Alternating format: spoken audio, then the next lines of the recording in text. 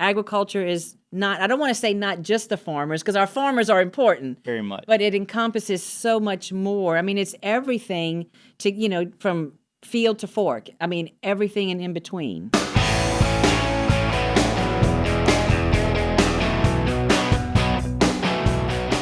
Hey everybody, welcome to the Louisiana Farm Bureau podcast. I'm your host, Karl Wiggers, and today we're talking all about ag education. And, somebody may look at Louisiana Farm Bureau and say, what's Louisiana Farm Bureau doing in that field? Well, today we're going to talk about that.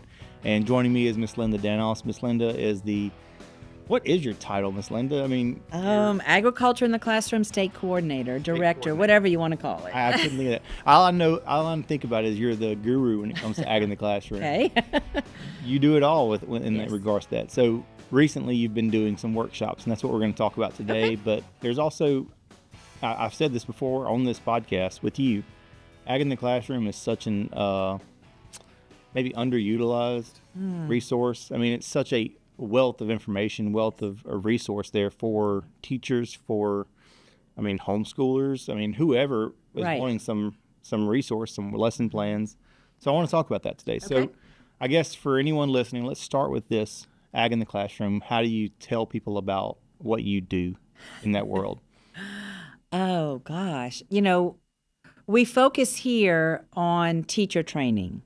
So any avenue that we can use to get the word out to teachers, I think our social media presence has become a big part of that, as well as our newsletters monthly during the school year. And we rely very heavily on our parish farm bureaus to help us get that word out. So it's kind of a grassroots, yes. Very much just like the rest of Louisiana Farm Bureau. It's a grassroots part of the organization. Yes, we depend very much on our parishes to develop those relationships with educators in their area. And for them to tell them about us. So I guess what's a day in the life look like for you as the state coordinator, state director? And I know that depending on the season, depending on the part of the year, it's different. But yes, it's very seasonal. We just finished up, as you alluded to, with our teacher workshops, our educator workshops. Every year, September and October, I'm on the road doing those, traveling the state. Then we're gearing up for our Ag Literacy Project, which registration opens in December. Kicks off in January and runs through May. Then now we've added the Louisiana Ag Week component in March, so we're getting ready to start advertising that, and then that'll kick off. And then we roll into convention and national conference. So it's, I think when I first started this position 26 years ago, there were some downtimes in the year. There's no downtimes anymore. And you can mix into that your involvement with the scholarship now. Yes. And that's year round. I know that's right. That's on your plate as well. So you stay busy with all these different things. Not to pick favorites. Do you have a favorite of those seasons? That's the hard-hitting questions here on the Louisiana. Yes, I know. I'm an educator at heart. That's my training. And so I love being out with the teachers in the fall. Mm-hmm. Doing that. So we just wrapped that up. Let's talk about it. How did they go? Were you pleased with the? Yes. The We yes. You always hope for more attendance, but we know it's hard on teachers, their time schedule. We do our workshops in the afternoon, so after school, so at 4:00. So they've already given an entire day. Yes. Why don't you give us a few more hours? Right. So we'll feed you dinner though. They taught all day. Right. We'll give you a little snacks, a meal, and then you come and get some free resources. But so a teacher, to me, the ones that actually register, something has piqued their interest about agriculture to begin with, that they want to come. And so we try to make it an enjoyable 2.5 hours as much as we can. And so we really appreciate them for giving us that time. Yeah. What does the workshop look like? I've been to one, but I'm not a teacher. I don't know what really is happening. Well, we try to, we feed them, of course, and they're coming straight from school, so some of them have gone all day without eating or drink, having anything to drink. So we have refreshments for them, and then we start off with an overview of the program and the resources that are available to them. And then we get into some actual hands-on, doing some lessons and hands-on activities and teaching them ways they can incorporate agriculture really into any subject. Right. That's one of the things that's always impressive is when you have English or social studies or different, things you wouldn't really expect. There's some way to tie ag in all of that. Yes, agriculture is that common thread that ties all the subjects together. I mean, it is science. The first science That one's not hard. No, the first science experiments were people figuring out how to grow their own food. Right. Throughout civilization, and of course history, the history of our country. You can look through agriculture, and its success is what built our towns and then our cities and so on. And of course English, you can write about anything and read about anything. And math, my goodness, our farmers have to use so much math today in all their calculations. Yeah. So I remember growing up on a farm. I mean, my dad would do the most ridiculous math. Yeah. And I'm just like, where is this coming from? It's like, it's I do it every day, and yeah. and I still cannot do math, in my head. I do it better than I probably think I do in my head. Mm-hmm. But that's something that you mentioning that it's one of the like things from that the my dad, acres to the flow rates or like mixing, batches of chemical or whatever it may be. It's just like he's doing major exactly calculations based on like ounces to hundreds of gallons. I'm like, what? Yeah, so we can bring that into those real world scenarios into word problems and for students to do. That's really cool. What is the feedback you get? You've done these workshops for years now. What is there a common piece of feedback you get every time? Yes. What is that? After they're done and I have time to sit and read through the evaluations, that what sticks out and what always makes me feel good is so many of them say this was the best workshop I've ever attended. And as an educator, you go to many trainings and many workshops, and some are mandatory. You don't have a choice. But so to hear that, that just makes me feel really good that we're giving them something valuable. What is it you think that makes it different? I mean, is it the different subject matter that? I think so. How they can, I think, like I said, the ones that come, agriculture already it's piqued their interest in some way, and then to really see how they can incorporate it. And then, of course, while we're doing that, going through the lessons, we talk about the importance of agriculture to our economy and to our, the nutritional aspect and all those aspects of agriculture, the business aspects and the careers for these students.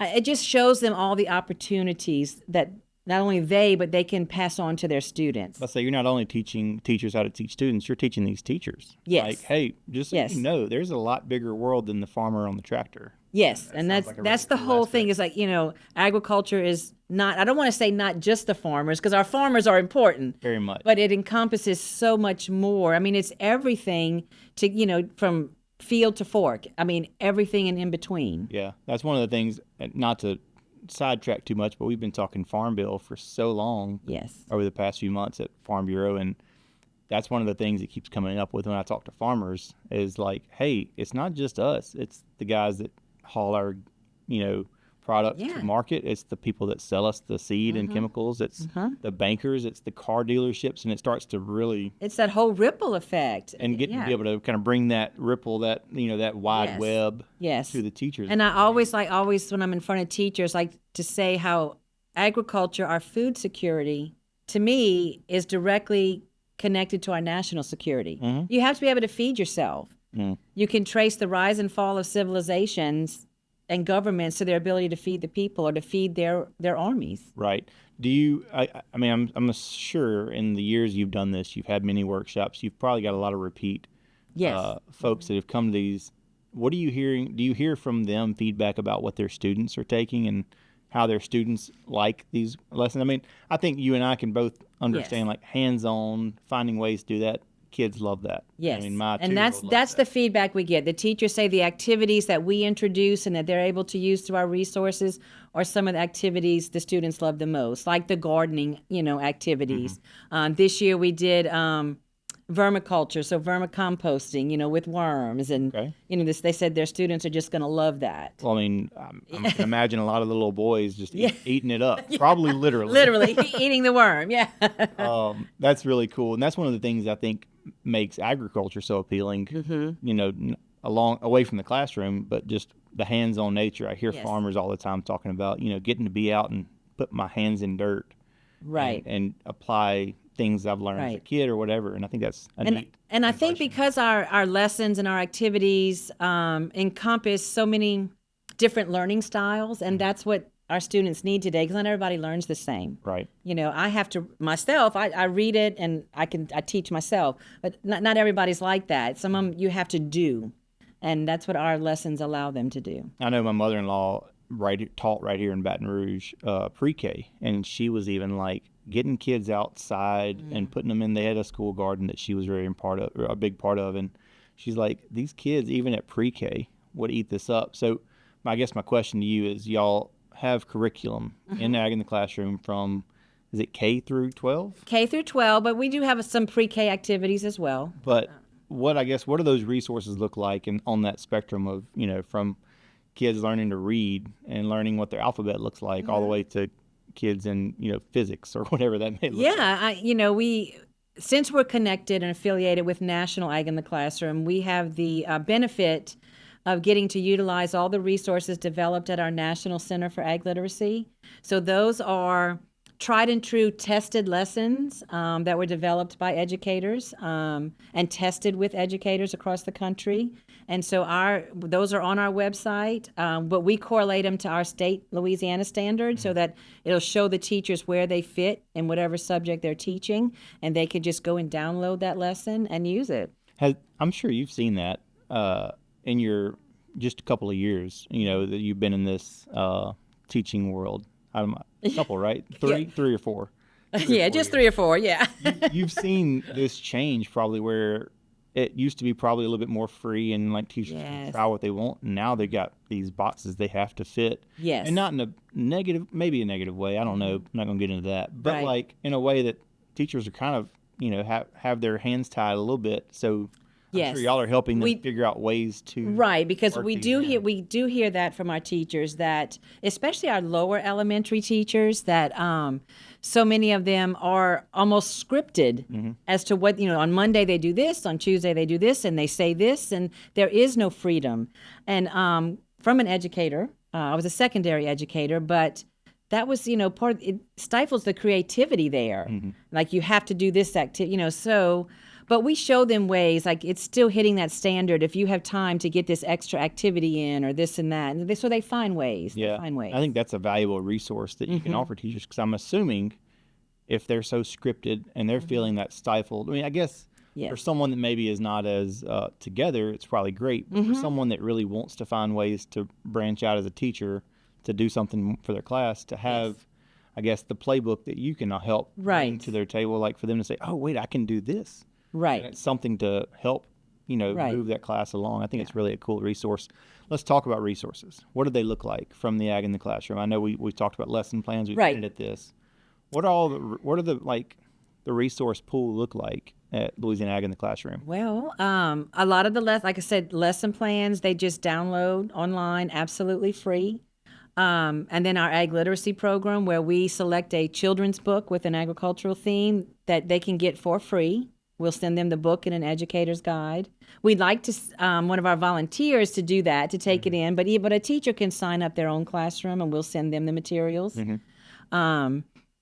You know, our workshops that we do, Ag Week, there's going to be a chance with Ag Week coming up in March that we'll have designated lessons that hopefully they can incorporate that week and do, and then plus contests for the students as well. We're going to have to bring you on closer to March. To talk about that, just about Ag Week. That's a real big thing that we started this past year, and I think it got a lot of really great response. We did, yes. You know, the contests and engagement, which we want to see grow. And that's an initiative really from the committee, right? Your Ag in the Classroom committee? Yes. So that's really cool to highlight. I think that'd be a neat thing to talk about more. Exactly. But we're talking about workshops today, and you had a dozen, 10? Right, we had 10 around the state, yes.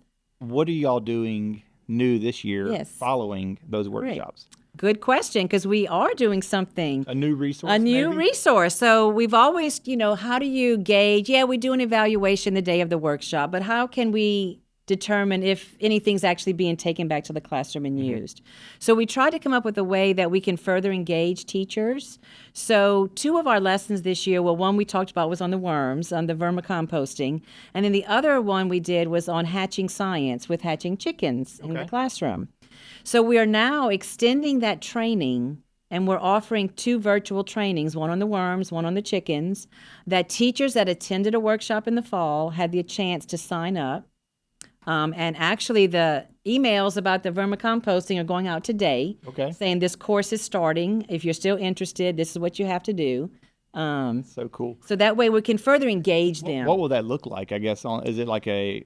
It's a self-paced virtual training, so there'll be some videos involved, an instruction sheet, and the ones that complete the course are going to get up to $100 of material to start their vermicomposting project. Very cool. Or their hatching chicken project in their classroom. That's a really cool resource, and that's Yes. What's great is you can't be in 10 cities at once, like Right. you were for all Right. these workshops, Right. over the course of a couple months. But in that regard, you can reach every single one of those school systems or Yes. those Yes. parts of the state at once. And then really neat. I think it's all the timing. Hopefully, it's more convenient. It's self-paced. The teachers can do it whenever they want, so it's not that you have to come here at 4:00. Right. You can do this anytime. Like if they get a planning hour or something, they Right. can really utilize Yes, that. That's a right, really to cool do their thing. work. What I guess where should people go to learn more about Louisiana Ag in the Classroom? Our website. It's the best website. It's the best. It is so I go good. to it way more than people might. We have the interactive map on there, all the resources about the top commodities produced in the state, our website at AITCLA.org. Fun facts. Yes. I will look at them. Keely-Anna just laughed over there. I bet she's been looking at them today. There are like any commodity we grow. We try. Most of them. Most commodities in the state, they're covered right there on our website. And if you want to learn, 10 fun facts about soybeans, They're there. It's there. It's there. And you can use its instant trivia. Our coloring sheets, where we talked about the pre-K and the kindergartners, we have 25 different coloring sheets the teacher can download I that need to print some of those for my that has the letters, they can trace the letters, and when you're studying a lettering class. And I guess let's just I want to reiterate that you mentioned you can print anything. Mm-hmm. These lesson plans are 100% free. Yes. But they're also, everything is there, right? Yes, that is what is so neat.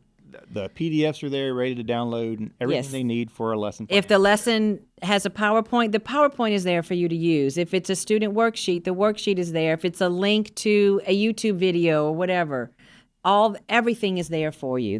It's ready to use. Couldn't make it much easier for these teachers. I don't know how. If there is a way, teachers tell me, and we will accommodate that. That's a really great yeah. part of this, I think, program is that it's, very little obstacle between, Right. finding the resource and applying it. And I think that's a really cool aspect that you've Yes. done really well with. And I know you have a big team that helps make this happen. Right. Oh, I do. Yes. So it's really great. Anything else that we need to know about Louisiana Ag in the Classroom? Anything to be kind of in the... No, we've kind of mentioned ag literacy, that in December, that registration information is going to go on the website. And that's for like a farm wife or a farmer that Yes, says, we "Hey, hopefully our Farm Bureau volunteers, Yeah. but we also get a lot of like FFA advisors, their chapters, their officers sign up classes. And you 4-H, can sign up yeah. Miss Johnson's first Yep, grade I'm class. going to go read Miss Johnson's first grade class, and they tell me when the reading is. We send them the materials from here. That's really And, cool. And that's free too? That's free too. So we're We just giving away We get- resources left and right. yes, and we need more people to take us up on that offer. Well, that's good to know. I think that would be a fun thing for me to do. I don't know. I don't know of any school. I don't have any connection to any schools. Any schools? Yeah. I'm fine with that. That'd be neat. Yeah. If you want me to come read your classroom, let me know. I guess.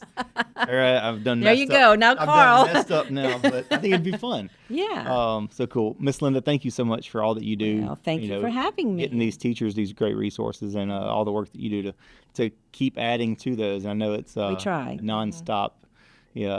Hamster wheel maybe sometimes Yes. for you, but we really love them. So if you want to learn more about Louisiana Ag in the Classroom, if you want to learn about some of our amazing teachers that we've featured over the years, we'll have all those links in the show notes. Teacher of the Year is something we celebrate every year, and it's chosen in the spring. Is that right? Right. They have until the end of January to get their applications in. So applications need to start going in now. You need to start working on them. Yeah. If you are a volunteer leader that have a great ag teacher or teacher incorporating ag into their classrooms, now's the time to go and nominate them and get the application in front of them. It's a great prize to win, and we really fix them up too. So if you want to learn about all these resources, we've got them linked below, and it'll be a great place to start to learn more. Until next time, this has been the Louisiana Farm Bureau Podcast. Thank you so much, Miss Lynda, and we'll see you again right here next week.